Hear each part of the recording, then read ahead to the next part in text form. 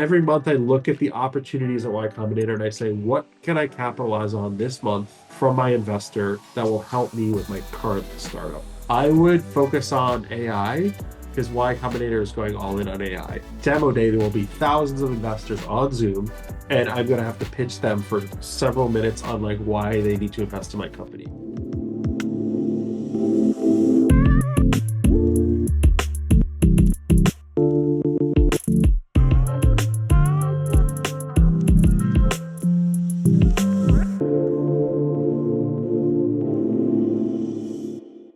Any Y Combinator event that happens, I would recommend highly going to.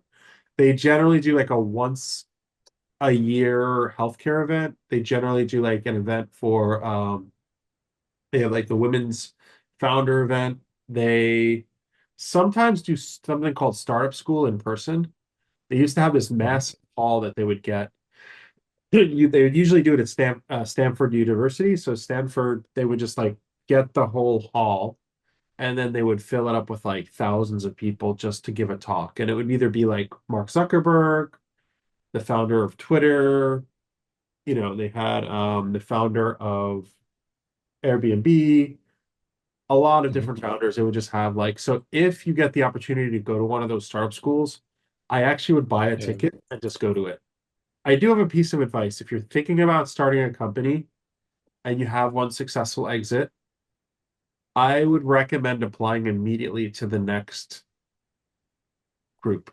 Take an idea, spend 4 hours drafting your application, and then Okay. just do it. Like people get really, it's not the right time. I don't know if I should do it. I don't have an idea. I think the founders are probably the most important piece of like what Y Combinator looks for. The one weakness you would probably have is if you're not technical, they may question how are you going to build it. Generally, like the Mhm. Y Combinator partners look for like recruitment. So either you're technical, that's a big check.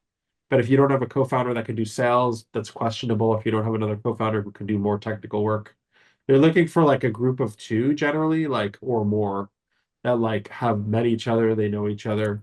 It also reduces the risk for Y Combinator, where like a single founder tends to be one point of failure and one point of like, Yeah. if you're not motivated, no one does any work.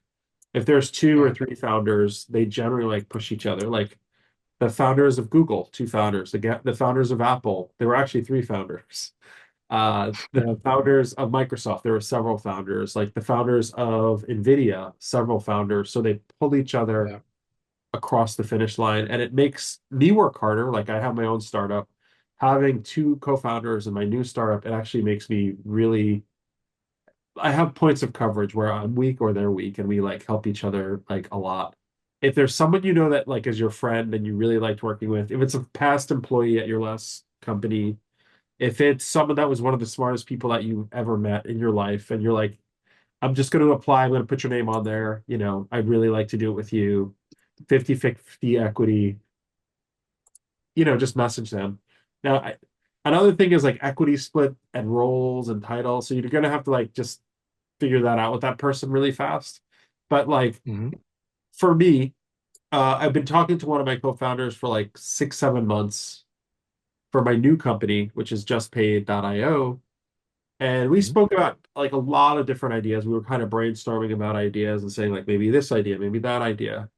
And then, 6 months later, my third co-founder, who became my third co-founder, messaged me in the middle of the night and just said, "Hey, I want to apply to Y Combinator." And I knew they were good. I knew that they were like rock solid, like a good, hardworking, like good person that I felt like I could work with.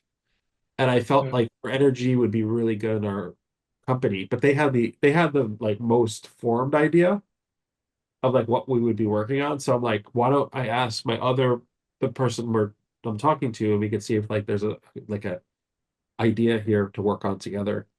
And idea was, happened. And then like week one, we applied to Y Combinator. So like three co-founders, idea all in one week, submit for the second company. You move fast. I think that's the thing. Like in Yeah. what could be stagnant is you not moving. I can tell you that right now. If you want to like sit on it and think about it, that's fine. But, you know, I feel like every time that there's an application opening is an opportunity for you to work with Y Combinator. Why would I Hmm. work with Y Combinator? Chances of success, even full, I've seen like rock star founders like fall flat on their face second time. Like I've seen them like companies implode, like they don't do well. I don't think that they either it's arrogance or burnout or something else that causes issues for them not to succeed. But if you have Y Combinator backing you, it gives you just a little more advantage over the normal founder. And someone asked me that. They're like, "Why would you do that? Like, why would you do Y Combinator again?" And I get that question asked to me like on a monthly basis.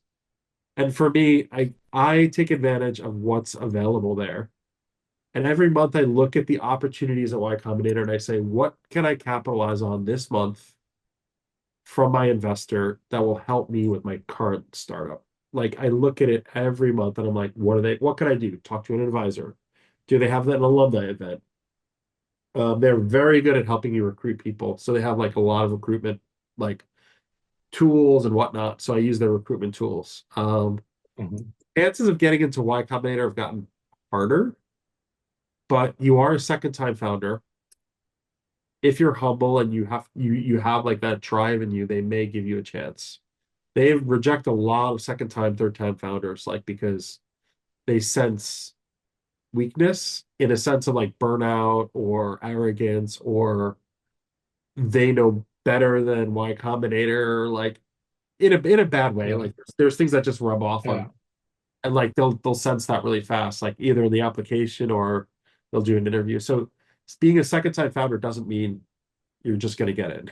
I would focus on AI because Y Combinator is going all in on AI. It could be AI for death care, AI for cars, AI for video cameras, AI for desks, AI for robots, AI for like lighting, AI Yeah.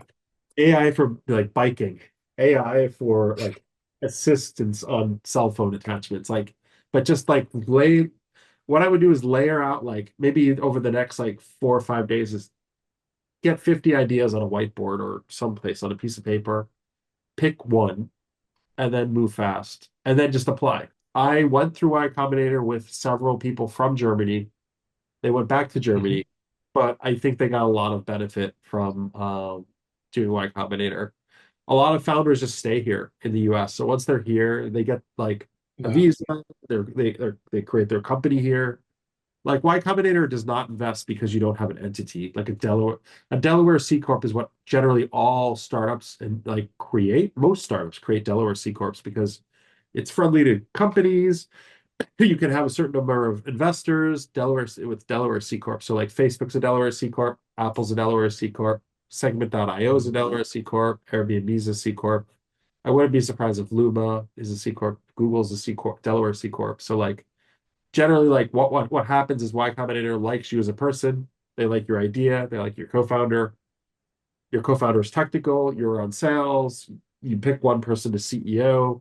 And then they go, okay, you don't have a Delaware C corp. That's fine. We'll just work with you to incorporate, and then your investment will go in after that. That's more the norm, Hmm. actually, where a lot of the companies don't have an incorporation. Family will pull you in a certain direction. Other like investments will pull you in another direction. People will pull you in all these different directions for like building a company. And when you have Y Combinator giving you your first investment money, it creates an excuse to hyper focus and say no to everything else. And a lot of founders die by lack of motivation. Like they just get deterred. They have like matters that are important, but are they really important? So like you kind of are forced to clear your calendar and say, I have 3 months before this big event. And this big event is demo day. And at demo day, there will be thousands of investors on Zoom, and I'm going to have to pitch them for several minutes on like why they need to invest in my company. So it creates this pressure where you have to one get customers and as many customers using your product, possibly paying you for the product, and then you like will pitch demo day. There are like big picture companies, like companies that will be like curing AIDS, right? Or things like that. They may just have like other I'd call it like milestones that will allow investors to invest. So like depending on like if you're building like rockets or if you're building like the next Concorde, which is a really fast jet that goes the speed of sound.